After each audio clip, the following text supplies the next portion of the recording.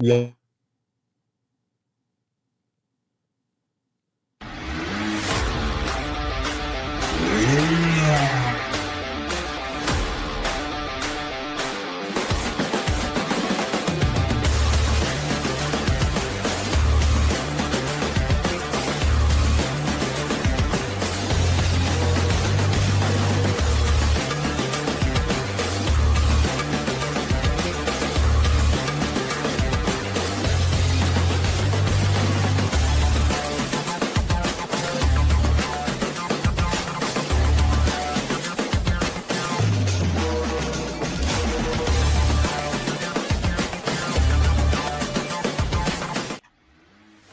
Welcome to the latest episode of Full Throttle here on Unprecedented TV. This is where we slam the pedal to the metal on the issues of the scorching Britain. Tax grabs, a fiscal black hole that's bankrupting the nation, unchecked immigration overwhelming our communities, and the totalitarian grip silencing free speech and common sense. I'm Paul Naylor, Communications Director for the Alliance of British Drivers. And today we're diving deep into the fight against the net zero agenda and the myths that keep the country locked in the slow lane. And I'm Gregory, Policy Director of the Alliance of British Drivers. We're thrilled to welcome back two heavy hitters, McBride OBE, economist and tireless advocate for affordable, reliable power, and returning guest David Turver, a sharp-eyed climate skeptic who's been cutting through the establishment noise for years. Together, they're co-authoring a new paper that pulls no punches on the real costs and flaws of net zero. From economic carnage to the physics that exposes the scam, buckle up. This is Full Throttle. So welcome, Catherine McBride and David Turver. Welcome to the show. Hi. Hi there. So Hi, thanks for having us. That's great to see you both again. Yes, absolutely. So what has sparked this joint paper and why now? Is net zero's damage too big to ignore? It's something that I've been thinking about for about 6 months, and getting a think tank to sponsor it has been quite an effort, but we eventually got there just in time for Christmas, so most people didn't have time to work on it. But I've been collecting data for this for months and months and months, because it's become more and more obvious in the economics that the real problem is net zero. And I'm a Brexiteer, and people keep telling me that trade is down because of Brexit, or, the economy's down because of Brexit. And when I looked into it, all of the drops in trade are in things that are affected by net zero. Our exports of oil and gas themselves are down. Our exports of chemicals are down. In our car exports, which is one of our biggest exports, the export of ICE petrol and diesel cars has dropped dramatically. And though we are now selling hybrids and EVs, they're not enough to make up for the drop in petrol and diesel cars. So we've lost since 2017 was the high point. And since then, we've lost, I think it's 15% of our sales, the value of our sales. And that's really just through the swapping from an ICE car to an EV, which we don't really make. We don't have the batteries and things like that. So it's affecting us in all sorts of ways that politicians don't seem to understand. And the easy answer was always blame Brexit. And when you go, no, this is not Brexit. There are companies closing all over the country. And the high energy costs we've got and the very strict environmental regulations we've got started in the EU. Well, in fact, they go all the way back to the Climate Change Act in 2008. In fact, in the front of the paper, I put a little history of how we got here. And I thought, I'll just do it as bullet points because it'll just be short and quick. And then I found more and more bullet points. It goes on for pages. I know the editor didn't cut all that, but it's fascinating how it was 1,000 cuts of this regulation, this tax, that tax, all one after the other, and no one ever added them up and went, "Ooh, that looks expensive," And how did the two of you start working together? Did David? Did you contact Catherine, or vice versa? What happened? Vice versa. So we've been sort of like following each other on Twitter X for some time, and we end up going to some of the same sort of like presentations and things. And one of them, she sort of grabbed my elbow and said, "I'm doing this paper. Do you want to help?" And that was it, really. Brilliant. So is there one particular net zero myth that the paper destroys, or does it just destroy them all? I think the unfortunate myth is that a lot of people think that they can just reverse net zero in a nanosecond. Oh, we'll just, say it's null and void. And when you look at how finely it's intertwined into so much regulation, you realize that that's going to be quite complicated. And it's something that will also become a bit structural. You'll have a lot of vested interests and people who've now gone to the trouble of upgrading their plant and machinery to comply with net zero will resist not having to do that anymore. Yet, as Brian knows, they are presently having to compete with Chinese imports that don't have to comply with that. And though we're talking about joining the EU's ETS scheme, just because we want to push our prices up even more, and joining their CBAM scheme, their CBAM only counts the carbon emissions. It doesn't count all of the other things that companies have to comply with. The allowances that they have to buy for their waste emissions and the allowances that they have to buy for the actual processing and stuff like that. It's just a small part of it, and it's enough for the EU to give itself a bit of a gold star. But for the UK, those industries have already left town. So to then start putting taxes on imports, it's a bit like, well, we import that stuff because we need it. We need the aluminium to make cars with and planes, which are much more valuable. But you're going to put all this tax on aluminium, having driven our own aluminium smelters out of business years ago. So how does that make sense? It might have made sense if when they started taxing our own companies, they also taxed imports. But they didn't do it then, when I would have stood up with them and said, yeah, that makes sense. But instead they're doing it now when it's too late, far too late. David, your thoughts? Well, just to echo what Catherine's saying, I did a bit of a deep dive on the various legislations and so on. And I mean, it is literally thousands of words when you go through it, starting, I think, in 1986 with some tax thing on gas. But then then they build on each other and they cross-refer each other and so on. So it is really a sort of like a legal Gordian knot. And then there's sort of like crossover onto, for instance, the TCA with Europe, where we're not allowed to backslide on it and stay and remain in the TCA. So it is going to be a devil of a job to unwind it. And I suspect, rather like apocryphally, the Gordian knot was sort of like some people try to unravel it, but I think it was it William the Conqueror? Was it? I can't remember who it was. Cut it. Was it Perseus or somebody like that? I'm getting mixed up. He was with the minutes with my mythology and stuff. But, I think we're probably going to need our version of a great big beautiful repeal bill just to get rid of all these things. Yeah. Well, I think we should maybe start with the European Communities Act of 1972 and then follow it up with the Climate Change Act of 2008. Take those out, the whole lot just collapses. Existence, repeal them. Yes, I mean, I think that'll be a good start, but there's other stuff that needs to go on too, and there might be some tactics around, because I think you need to introduce primary legislation to repeal the act. There might be tactics around being able to, say, rely on the paper that they just produced in the US, that essentially revisited all the climate science and basically said, well, yes, climate change is a bit of a problem, but it's not an existential threat. Yeah. And there are clauses within the Climate Change Act that say, well, if the science changes, then you can sort of like resile from some of these targets.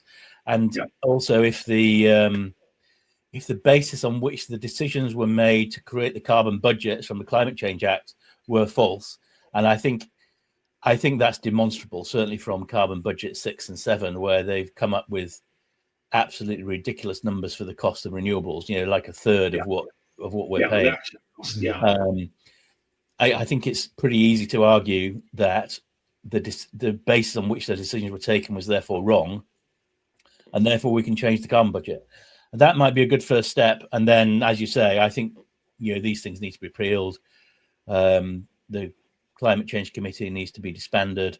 And there's wholesale decapitation of the leadership of NESO, the National Energy Operator. We need the actual more decapitation. We need the bonfire of the Quangos that Cameron promised and never delivered. So David, you're going to be out there with the guillotine, are you? It's a metaphorical decapitation of the management rather than necessarily the Though I must say, some of their decisions are pretty incredible. Because when we were part of the EU, we signed up to the Paris Agreement, and the EU decided it would drop collectively amongst all the countries, which is their way they get around things, because some countries drop more than others. They dropped their emissions by 55%. And for some reason, when we came out of the EU, our Climate Change Committee advised the then Prime Minister Boris Johnson and the Energy Secretary, who was also the Energy, Business and Investment Strategy Minister, when you put those together. And they decided in their wisdom that the UK could drop cut its emissions by 68% by 2030. And you're going, wait a minute, 55 was high. Within the EU, I think we would have got away with about 40, because some of the Eastern Bloc countries would have been able to move into the 21st century and cut quite a lot. But for us to suddenly have to do 68 was sort of insane. And this was to impress their friends at the COP26 or something like that. When Boris was going to turn us into the Saudi Arabia of wind or something, wasn't it? So we'd have to follow the US. We'd have to leave the Paris Agreement, and we'd have to also get out of our financial services regulation is full of rubbish about what they call sustainability, and they actually define it as sustainability in the environment rather than financial sustainability, which a lot of people in the city assume that's what it means because they never bothered to look up the definition. So that this is all the way through financial regulation. It's also now in all of our Ofcom, Ofgem, off whatever they're called. All of the regulators, regardless of what they're regulating, have to consider the environment and climate change in their decisions. It's through all of our regulation. It's really ridiculous how much this has been put. On companies, they've got to do all the climate reporting. And just on Ofgem, I mean, Ofgem was set up to be the consumer champion, but now essentially its primary objective is to deliver net zero, which is almost like working in completely the opposite direction. But they've still got the aura of being a consumer champion, whereas in fact they're doing the opposite. And those things have just got to change a lot, I think.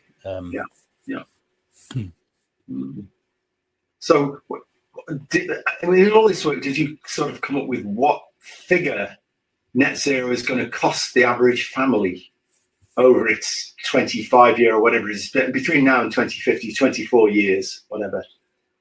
I haven't looked into that because the paper's not really about the average family. I'm really interested in the average business. Right, okay, This whole paper is really, is being written for the Great British Business Council. And it's really how our regulations are driving businesses out of the UK, and often out of business completely. But we've had that discussion because I can testify to it actually happening because my own long-term ex-employer has just turned turtle and had in effect been dismembered by the Chinese. And in the long run, that will hurt the British population more than anything. Yeah, very much so. If they get their domestic gas, if they don't have jobs, they can't pay their domestic gas bill. Exactly. Yeah. But that is being reflected all over the UK, and of course in Scotland, all these refineries closing down, and of course once the refinery closes down, there's all the downstream products from that refiner are affected, and then we end up importing those products to do the transformation here in the UK, which is more expensive. It really is nonsense on stilts. And we're importing those products from a country whose Paris climate commitment was to continue increasing its CO2 emissions until at least 2030. Yeah. I'll be surprised if they stop then. And India didn't put a limit on its. It signed up to the agreement, but also didn't put a limit on it, because people don't realize the Paris Agreement. Every country got to choose their own limit, and so a lot of countries went, well, we're choosing zero. Because our emissions are ramping up at 10% per annum or whatever. Yeah. Well, exactly. That was, we're still developing nations. We've still got, even though we've got a space program, we're a developing nation. So therefore, we're going to just keep pumping this out.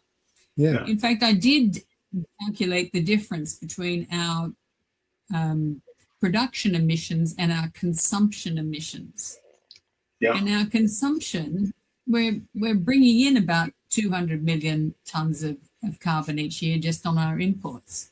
Yeah. So the idea that we've cut our emissions by 300 million is like, well, yes, you have. But cutting your emissions in your left hand by 300 and then importing 200 from China is not really the cut you think it is, No. Yeah, you can spin a story any way you like to make it look better than it actually is, but you're right. The truth will out. Exactly.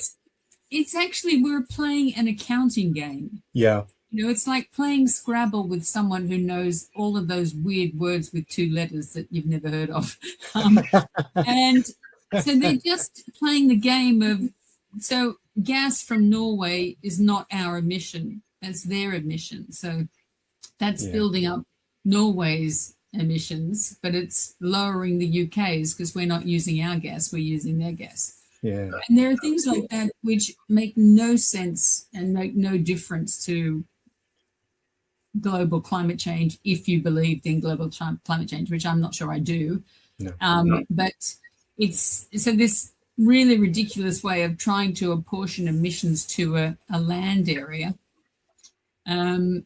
makes no sense, because the air blows around, it goes all over the place. Yeah, it doesn't funnel upwards. It goes everywhere. But I mean, for me, as an Oxford-educated chemistry, ex-chemistry, I mean, it's quite a long time ago, but even if you take away all the man-made emissions of carbon dioxide, they only represent 3.5% of the total.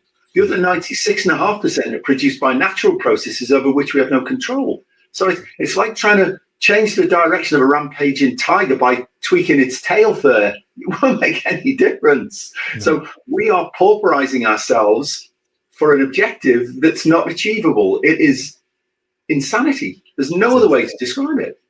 Yeah. No, it is. It's a type of insanity. Yeah. I mean, one of the biggest producers of CO2 in recent times was when the volcanoes in Iceland erupted a few years back, and pumped all that into the air. And now we're being expected as human beings to mitigate that. But it's nonsense. But the biggest eruption we've had recently was the subaquatic one, and it pumped a huge amount of water vapor, which is the primary global warming gas, primarily large percentage global warming gas, and it's also a highly effective global warming gas, more so than carbon dioxide. And that caused a spike in temperatures that has taken 2 to 3 years to start coming down. And I can show it. I'll show you, if you can put that graph up that I sent you, please, Charlotte. Yeah, that's the Rarotonga one in the middle. Yeah, Rarotonga. Yeah, and these are satellite measurements taken by the UH satellite, as you can see, and it's a self-calibrating satellite, and the data feeds into two ex-NASA scientists. One is Professor John Christie from the University of Huntsville in Alabama, and the other is Dr. Roy Spencer. And what it does is it follows the month by month. You can see those are the little blue dots, and then the red line is the sort of 13-month centered average. So 6 months before, 6 months after, and the month in the middle, which is why it doesn't go to the end, because obviously there isn't 6 months of readings. It can't actually put them in. But the point is that Hunga Tonga happened just around where the R is of January, and you can see that the result was a massive, well, it's not a massive spike actually, because when you look at the scale here, you're only talking about 2 degrees. Yeah, yeah. You know, and this is, people are sort of losing sleep over 2 degrees. But if you think about it, the temperature in the UK can be anywhere between, in a typical summer, 30 degrees to a typical winter -6 or so. So 2 degrees is neither here nor there. You know, if we didn't have all these sophisticated instruments, we wouldn't even know that anything really had happened. But certainly that massive plume of stratospheric water vapor is now declining, and the temperature starting to drop back down again. And currently, it's at about 0.35 degrees above the 20-year average between 1979 and it's 19. Yeah, I think it's 79. It's a 30-year, 79 and 2009. But it rolls forward. Actually, they roll it forward.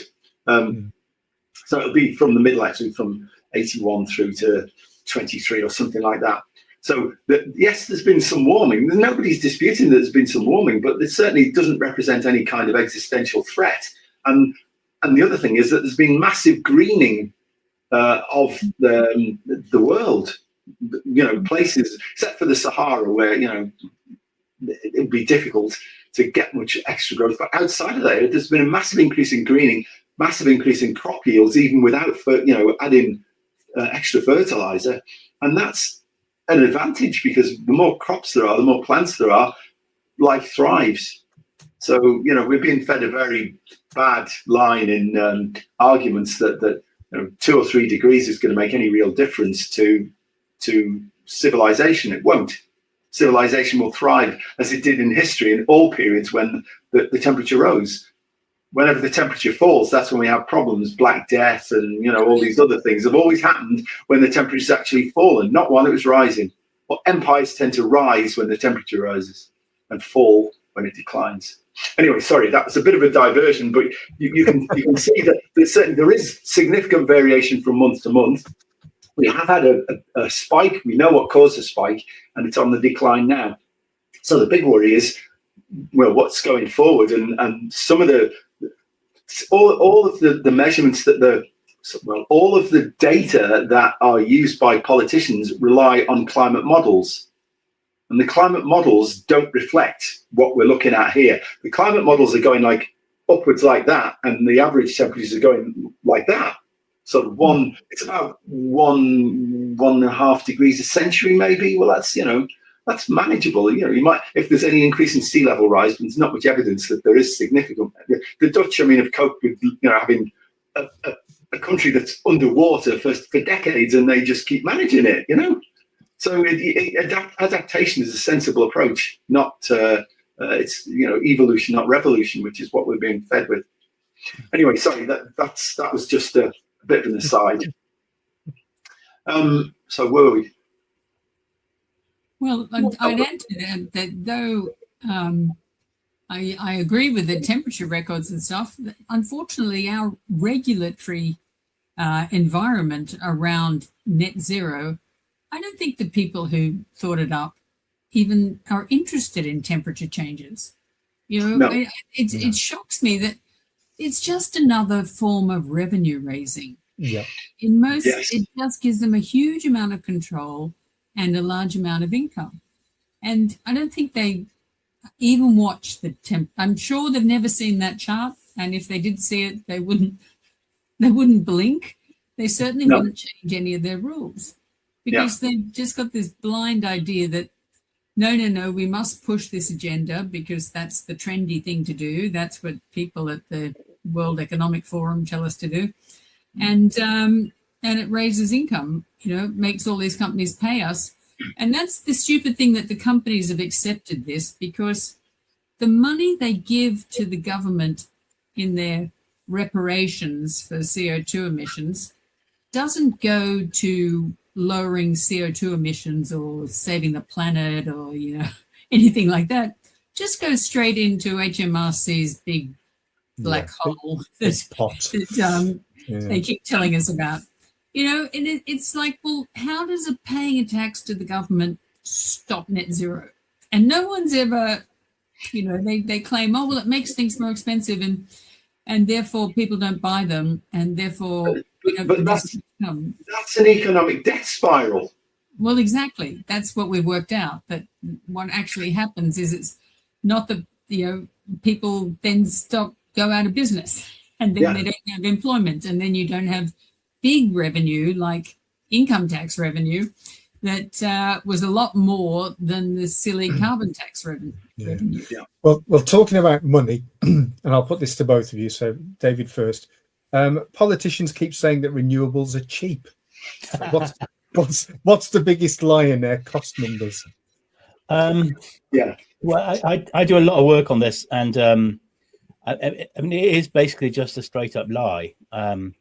So if you look at the older renewables, particularly offshore wind, I mean, some of those are priced at sort of like over £200 per megawatt hour at the moment, and haven't looked for a few weeks, but a typical wholesale price about 80, so they're like 2.5 times more. It's true that the ones that have been awarded more recently, so the offshore wind that was awarded a few weeks ago back in January, that's at something like £94 per megawatt hour in today's money, I think, which is still more than the 80. But what they always omit to mention is what the extra cost of renewables are. So we have to have grid balancing, we have to have backup from the capacity market, and of course they're spending tens of billions on expanding the grid to connect all these remote wind farms, from where they are, so 100 miles offshore, to the source of demand. And I did a sort of like a fag packet calculation there. So if you add up all of those costs and then attribute them to the intermittent renewables of wind and solar, that adds about £33 per megawatt hour to their sort of like nominal cost on the contract for difference, and therefore they're then much more expensive than gas. And that price of gas includes a carbon tax too. So I haven't looked at what it was in January, but in December, the carbon tax was about 37% of the wholesale price of gas-fired electricity. So, gas-fired electricity could be down at 50 or 55 or something. And more modern plants, with higher efficiencies, could be even cheaper. Even with our elevated gas price, that we're sort of essentially constraining our own supply of gas because we're not allowing drilling in the North Sea and we're not allowing fracking. And our gas, UK and European gas is, typically about 3 times more expensive than US gas. So there's a huge scope for cutting the costs of of energy in general and electricity specifically, if we stop hamstringing ourselves and go for maximum supply, which means we have to lift the bands of drilling. And then, gas-fired electricity might drop to, 25 or 30 pounds per megawatt hour or something. And then if you don't have the carbon tax on top, retail prices, and you get rid of all the subsidies, so the wholesale, we pay sort of like 27, 28p per kilowatt hour in our bills, of which about 8p is the wholesale price, and the rest of it is the subsidies that I mentioned, the contract for difference, renewable obligations, feed-in tariffs, containment costs as well. Pardon? I don't understand how we can actually give a renewable producer money to not generate. That doesn't make any sense to me at all. Well, yes, that's in the balancing cost. That's called curtailment. So yes, there's that as well. And then there's the extra distribution and transmission costs. And then Of course, suppliers need to make a profit and so on. Yeah. So, but if we really decide to take the axe to this stuff, I don't know. I think prices could fall by nearly 2/3 if we take all this stuff out. But that takes, it'll take a gargantuan political will, but it could be done. And we can see it can be done because, the government publishes the figures from the IEA, and our electricity prices are like 4 times those in the US, industrial electricity prices. Yes. We've got the highest industrial electricity prices in, essentially in the developed world, and pretty close to that on domestic electricity prices too. And that is just killing the economy. Yes. Everything we do needs energy. Yes. Whether it's a fish and chip shop or a pub, as well as chemical plants and the ceramics industry or aluminium smelting or whatever. And of course, if you've got high energy prices that are far higher than your industrial competitors, and that's a big portion of your cost, then of course those things are going to go elsewhere. And the smaller businesses, they're either going to go bust, or we see it, or we have to pay the price in our our weekly food shop or whatever. Yeah, but I mean, the thing I don't understand with all of this with renewables is that they're not stable, they're not dispatchable, they're not reliable, they're reliably unreliable, and yet we're putting more of that generating capacity into our grid. So we're forcing ourselves into Iberian blackout territory. Yeah.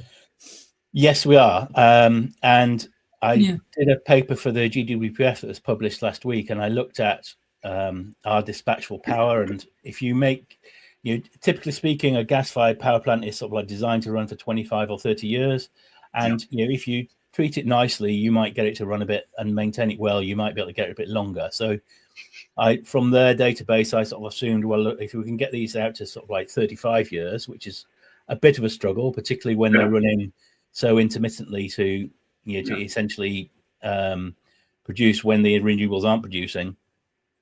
So that's a bit of a stretch. If you start, from now onwards, what you might call our firm power capacity, particularly with the nuclear power, the older nuclear power plants starting to roll off, then over the next couple of years, our firm power capacity starts to fall off a cliff. And that is very, very dangerous. And we saw that, this time last year, I think it was in the middle of January last year, we came very, very close to a near miss. Catherine Porter wrote extensively about it. I wrote a bit about it. We had something like, from memory, sort of like 400 or 500 megawatts of headroom. And we only saved ourselves because we got them to turn back on one of the interconnectors that was down for maintenance. And, if we hadn't done that, we would have been, we would likely have been in, an Iberian blackout scenario. Now, of course, that Iberian blackout happened, essentially in the spring in Spain when it's quite warm. But if we have that in the winter here when it's -6 outside, people will die. Yes.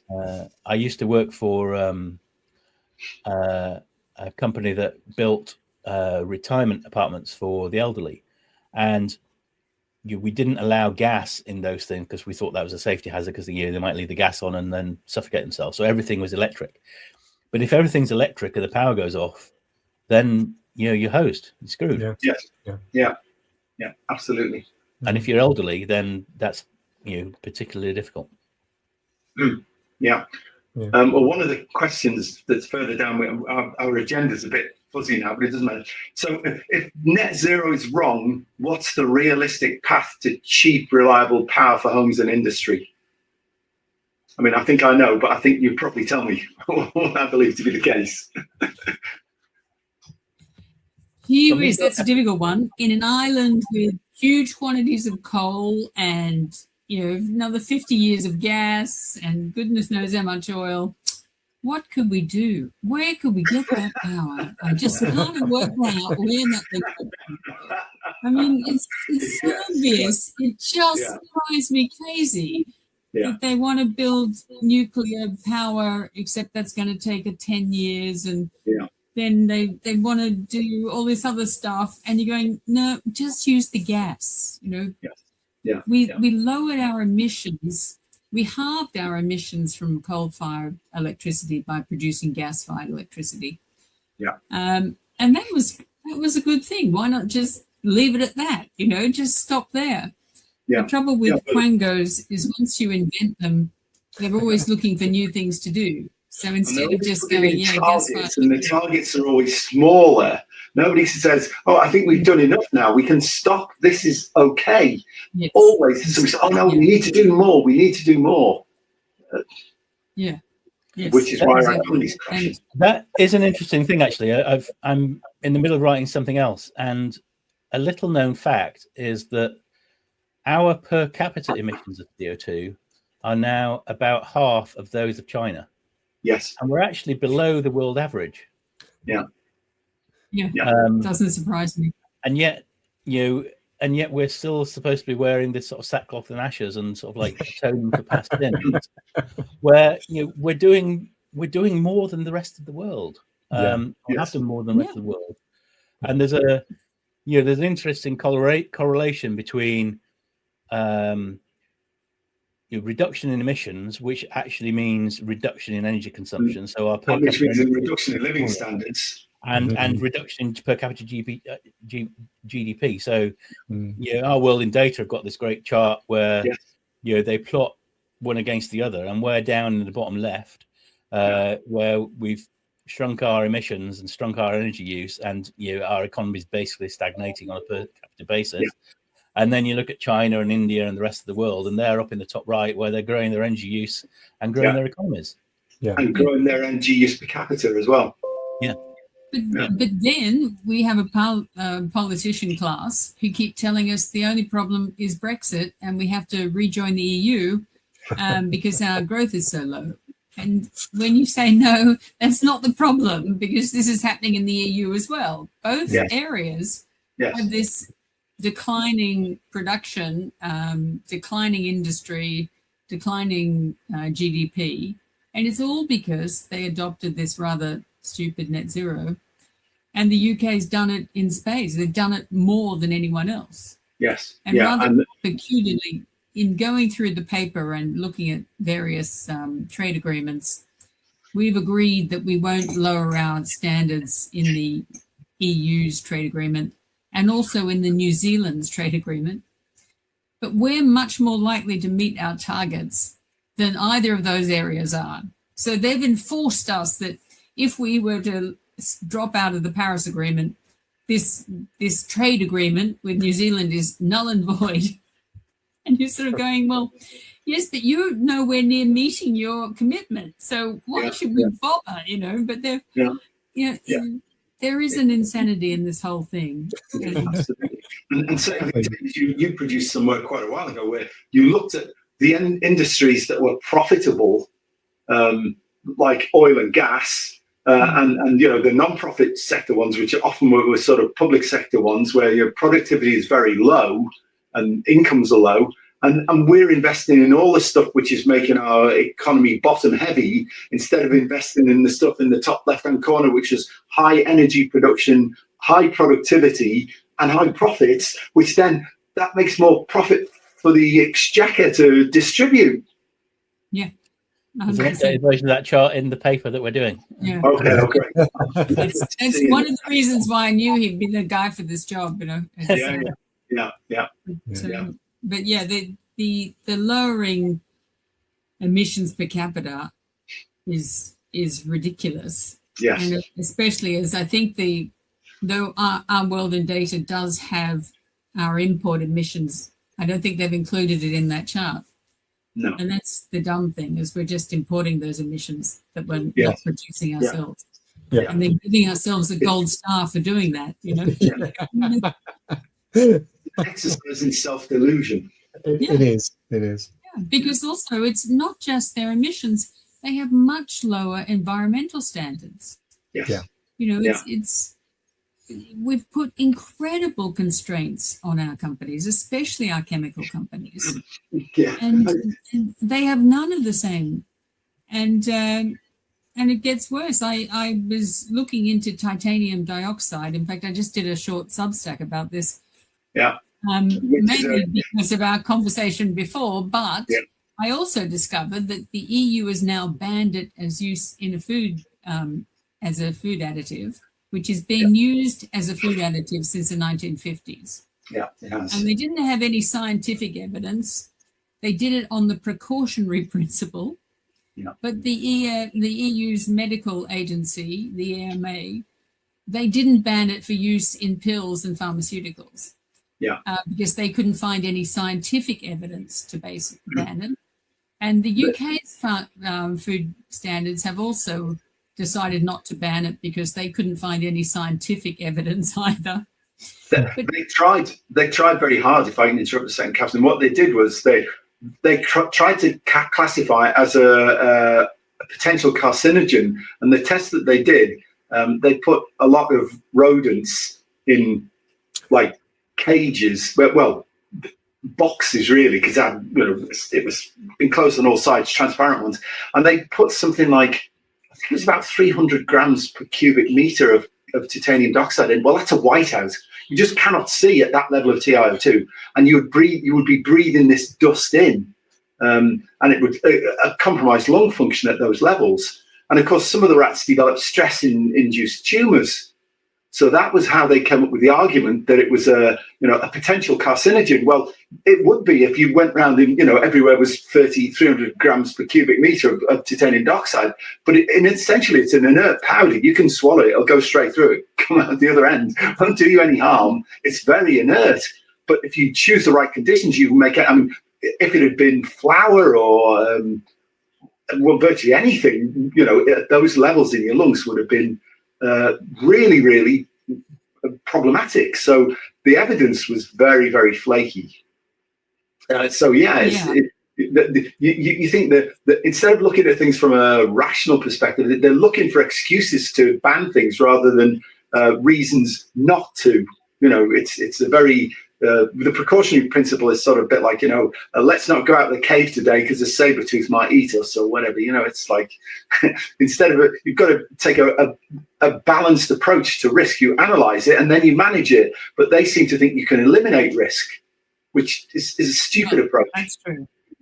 Well, that's unfortunately in a lot of our government at the moment. They're trying to eliminate risk. A lot of our financial services are trying to eliminate risk. But as I've had a flu for the last few days, and I've been living on paracetamol, which probably also uses it to keep his little pills white. And they're allowed to use it. And that's the bizarre thing. It's like, well, if it's so dangerous, you wouldn't put it in pills for sick people. And yet they do. So it's not dangerous. And I think if it was carcinogenic, we might have noticed by now, 50 years after using it. Particularly bearing in mind there was like over 80 years experience of the workers on titanium dioxide plants, and there was no evidence of any additional risk for cancer or any other. In fact, in many cases, the workers on the plants had better average life expectancy than people who didn't work on the plants, because they weren't allowed to smoke when they were working on the plants, of course, so cigarette consumption was down. Well, apparently they use it in sunscreen so maybe it was blocking, ultraviolet rays. Well, there were several grades used for that, some of which are very white, and the very small particle size ones were pretty transparent, although they tend to give you a look of sort of a bit pasty. It does still has some effect. But they're very efficient in sunscreens, but again, they're going after them, on the eliminate risk basis, because there is still some risk if you go out in the sun anyway, with or without sunscreen. I think the users of the precautionary principle are just trying to create jobs for themselves. I was very pleased to see that the UK didn't follow, but unfortunately, under the EU reset, we'll be following them. So our food manufacturers, if they use it, they're going to have to change the form, which is will be costly and expensive, time-consuming for companies to invent a new way to make something, change the formula, test market it, make sure it tastes the same, and that their regular customers still want to eat the peppermints or chew the chewing gum or whatever it is. Whatever. So it's another one of those really weird butterfly wing effects that nobody thought when they put this rule in that you'd affect so many industries. Yeah, So. yeah. But it's like, again, it's like the hydrocarbon thing. Nobody realizes how far it spread the downstream products from hydrocarbons are, and from oil refining. And if we stop doing that, all of those products disappear, and our society collapses, basically. Yeah. No, people have no idea how much plastics are a part of our life. You know, we're all wearing glasses. And I couldn't live without it's my worst nightmare, not being able to find my glasses. And yet, you know, they're all plastic. They're all made of plastic. You think, well, and all the clothes we wear nowadays, you know, even if it's got some wool in it, often it's woven in with other synthetic fibers. You know, all the sort of gym gear that women wear nowadays has got lycra and stuff in it, you know, which again, it's oil derived. People just don't seem to realize it all. Elastine in it, you know. So it's in and the big one, of course, is ammonium nitrate, which is, you know, nitrogen fertilizer, which is made from methane. No, and half the world's population is dependent on it. So if you get rid of that, then half the people die. I struggle to see a worse outcome. No, absolutely. Well, I don't know if you're the World Economic Forum, they look forward to a world where the population is 5% at the current level. And you know, the elite are sort of tended to by this tiny minority of the servants they've allowed to continue living. It's quite a disturbing, dystopian worldview, but they seem to be pushing it downwards, and politicians are swallowing it up. Yeah, very odd. Yeah. So one for the I'm going to ask the final question, Brian. Go on, then. So this one really is for our viewers. So what is the one action that they can take today to push back? Your viewers can take today. Yeah. Oh. Is there anything they can do to sort of raise this with other people, or to push back in any way if it just sort of helps them out at home? Is there anything that they can do that would have immediate effect to them? Well, I'm fortunate because my local MP is Matt Vickers, and I can go down to his house, bang on his door, and say, "Here, Matt, have a look at this report and tell me if net zero is a good idea." And that's the thing we're going to have to do. We're going to have to harry our politicians and basically tell them, "You are leading us down an economic and societal cul-de-sac, and we want you to turn around and reverse out of it." And if enough people start saying that, then it'll happen. I think that's probably the best thing they can do. Yeah. Which is one of the biggest problems that we have generally these days, is that we're fed one opinion and one opinion only, and we're told that is the truth. And so when anybody sort of rallies against the the message that we're being delivered, it's either ignored or it's you make it look like a crank. Well, they need to start listening. Absolutely. So it's papers like yours that we need to promote and get out into the mainstream. Absolutely. It's not just it is important, as you said at the start, Catherine.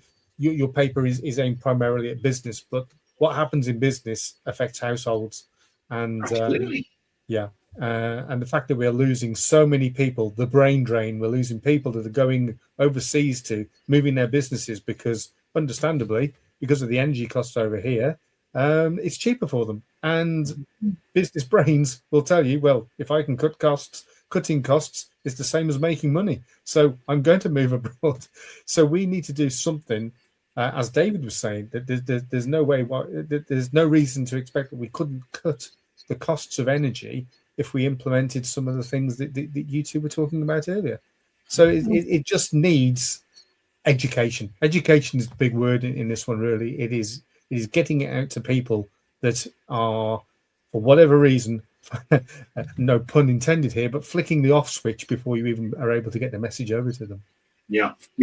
And the political will, of course, if you get enough people making this point to politicians, then it starts to change the direction of political travel, and the view of politicians, because they've been driven by this net zero ideology, and it's an ideology because the science isn't supportable. So if you get enough people to say, hang on, this is just nonsense, we need to do something sensible and recover economic progress and economic prosperity, then that ultimately that wins votes. Yeah, I would love to get the younger generation to start looking at the charts on Our World in Data, and just taking them to their local politician, because there's. I was giving a speech about 3 years ago on this, and a young man came up to me afterwards, and he was concerned about net zero and said, "But what if the world gets warmer?" And I said, well, actually, the UK would be much better off if it got a bit warmer. You'd grow more food, you'd use less money heating your home, you wouldn't need overcoats, everything would actually be better here if it was warmer. And he said, well, what about the people in India? And I had to say, well, the people in India are the ones who are burning all of the carbon at the moment. So I don't think they're worried, and when they start to worry, we should start to worry. But when China, Asia, India, China, and the rest of Asia producing 60% of the world's emissions right now, and they're not worried. So it's like, well, the warming doesn't even work like that, Captain. Actually, the heat goes up towards the poles first. So the tropical temperatures haven't got much higher. They're much the same now as they were 50 years ago. But what has happened is that and weirdly, though, this whole thing started because islands in the tropics. Sorry, this whole thing started because of islands in the tropics complaining they'd be underwater. And I noticed the other day that the Chagos Islands, the average, the highest point, I think, is the average height is 4 feet above sea level. So that the whole thing is only, and it's been there for years, and the Americans have built a big base on it. And you think its average height above sea level is only 4 feet. It's like, well, what we started this whole thing to save these islands. They don't seem to be sinking. Shouldn't they be sunk by now? Why does Mauritius want to buy this place if it's going to sink? Why are we being fooled? Yes, we are. Because the guy who went up to rolled his trousers up was a Gutierrez, I think, who went in the water and said all these islands are going to be, but that wasn't Chagos, it was one of the other Pacific groups. But actually they're building about 4 or 5 airports, which is a strange thing to do if you're expecting your whole island to be inundated. But they're looking at the tourist revenue, of course. More airports. They're spending their sort of like the climate reparations on building new airports. Exactly. So that gives you a clue of where their real objectives lie. If you can get somebody else to fund your airports, then that's great, especially when you get more tourist revenue as well. It's a double whammy. No, exactly. So okay, that's it. I think just take any information to your local MP about the number of job losses and the fact that the jobs are just moving to China and India. Absolutely. No one's, Well, I think even the trade unions now are beginning to realise that this is a very bad trajectory that we're on. I wish more of them did. Unfortunately, some of the big trade unions seem to be representing the sort of lanyard class of political, operatives and teachers and people like that who. And there are a lot of employees. One of the things from David's work is the productivity in a lot of these industries. It surprised me. I was reading about one of the refineries closing in Scotland, and they were talking about it being a percentage of the GDP of Scotland. I can't remember what it was like 4%. Yes. And it employed about 400 people. Maybe it was 1,000 indirectly. And you're sort of going, how can you let something close? And then a politician would go, oh, well, there's only 400 votes in it. Why would I care? It's the other side of the equation, Madness. So where are we in terms of the paper? Is it complete? No, not even slightly. No. It's going through a lot of editing at the moment. So when would you expect it to be ready? I'm hoping that we'll get it out in April, but I'm just organising that with the people that will be publishing it. We're trying to get a nice date. There's a lot of other papers coming out, and we need to. There's one from the IEA next week, and so this has to come out at a time when people are willing to listen to it, and And when it does come out, when it's published, for our viewers, will they be able to access it? Oh, yeah, definitely. It'll be on the internet, and it'll also be, obviously, we'll have hard copies. And I'm sure Brian will agree that's something that we'll promote. Yeah, we can send you guys hard copies. Absolutely. That would be very useful. And we, maybe if you, and I know this is sort of kind of a schadenfreude thing, but if you can time it when some large significant manufacturing site is threatened with closure, that would really ram the point home. I mean, it's sad to have to look at that as a business opportunity, but the point has to be made to the politicians that what they're doing is just mad, and linking the two things together, I think, just really hammers the point home. I do know of at least one think tank that does keep its papers in a storage locker until the time is right. It does all feel like just one massive virtue signaling exercise to me. So we need to. It's a multi-billion-dollar virtue signaling exercise, because the estimates I've seen for the cost of net zero for this country alone vary between about 3 trillion from Net Zero Watch to 15 trillion, I think it was, from McKinsey. That's like $500 billion a year for 30 years, 15 trillion. And 3 trillion is about our GDP. So $500 billion a year is like about 1/6 of our GDP. That's a huge amount of money to be splattering down the drain effectively. I think it's more than that, because you're counting the cost of imposing net zero onto companies. But there's a whole infrastructure where we've got a huge amount of consulting firms and advisory people have set themselves up to advise companies on how to do this. And that is actually a cost to the economy, because these people could be doing something more useful. And we've had, the last 10 years of university graduates are being sucked into this machine of selling net zero when they really should be joining an engineering firm or doing something productive. Chemicals are actually making something, and instead they're advising. They're working in consultancies, advising companies. So I think there's an unwritten opportunity cost of losing this talent into this. Or certainly missing and it's building on the opportunity cost of the businesses that close as a result of net zero because of the energy thing. Because the energy costs, and that's more difficult to quantify. But I think it's probably even larger than the cost of spending the money on the wind farms and so on.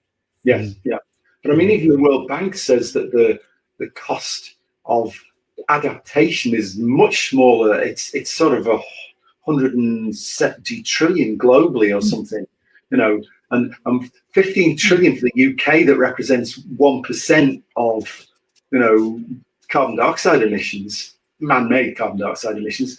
It's crazy. It just doesn't stack up. It's not economically sensible. But we already established that quite a while ago. Right. Well, it's been brilliant having you both on again, and absolutely. I think it'd be great when the paper's published, Brian. We'll go through it, and then if you would both like to come on again, we can discuss it and promote it and get it out there to the whole wide world and the country. I think it's very important that they see that. Yeah. So thank you very much. Send a copy to Chris Wright just to remind him that if you go down the UK route, this is what will happen to you. I think we should send it to Mr. Miliband. But there you go. Yes, absolutely. That's brilliant. So thanks very much. I think the UK is becoming the cotton retail. Yes, definitely. For sure. Cheers. So thanks so much, Catherine. Thanks, David, for coming on again, and we will love to have you back when the time's appropriate. So give us a shout, and we'll timetable it in. Okay. Yeah. Brilliant. Great. Thanks Thank much you. indeed. See you again. Cheers. Bye. Cheers. Yes, absolutely. Thank you.